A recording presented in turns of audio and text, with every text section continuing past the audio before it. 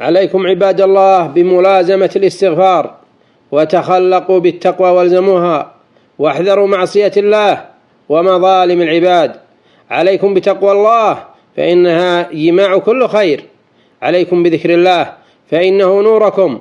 وحقيقة التقوى أن يطاع الله فلا يعصى، ويذكر فلا ينسى، ويشكر فلا يكفر، والدار الآخرة خير للذين يتقون. ومن كانت التقوى رأس ماله كلت الإنس عن وصف ربحه. وعليكم بالورع وهو اجتناب الشهوات. فعن النبي صلوات الله عليه وعلى آله قال: كن ورعا تكن أعبد الناس، وأحب للناس ما تحب لنفسك تكن مؤمنا، وأحسن مجاورة من جاورك تكن مسلما، واعلموا أن ملاك الدين الورع وآفته الطمع. والله الله عباد الله في الأعمال الصالحة.